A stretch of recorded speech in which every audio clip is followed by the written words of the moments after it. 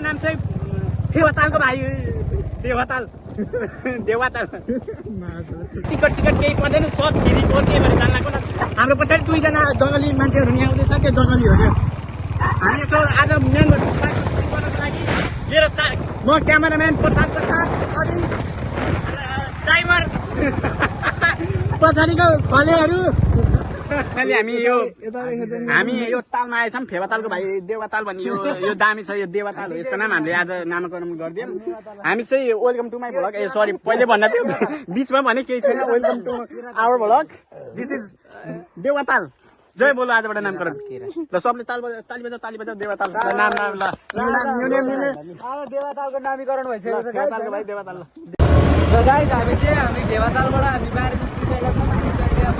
नयाँ ताल घोसीमा छौँ होइन अब कुन ताल गइन्छ त्यो चाहिँ त्यही गरेर थाहा हुन्छ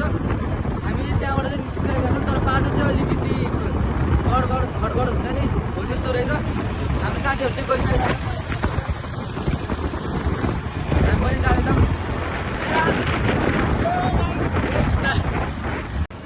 hello guys welcome to our blog होइन हामी चाहिँ आज कुन ठाउँ हुन्छ यसलाई कुन ताल देवताल हुँदैन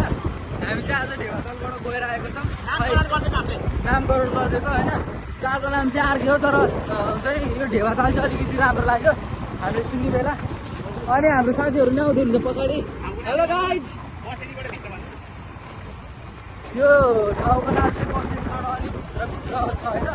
2-3वटा ताल हेऱ्यौँ हामीले सबसे राम्रो चाहिँ यो ताल लाग्यो हामीले त्यही भएर यसलाई देवताल भनेर राख्यौँ यहाँ चाहिँ कति धेरै हाम्रो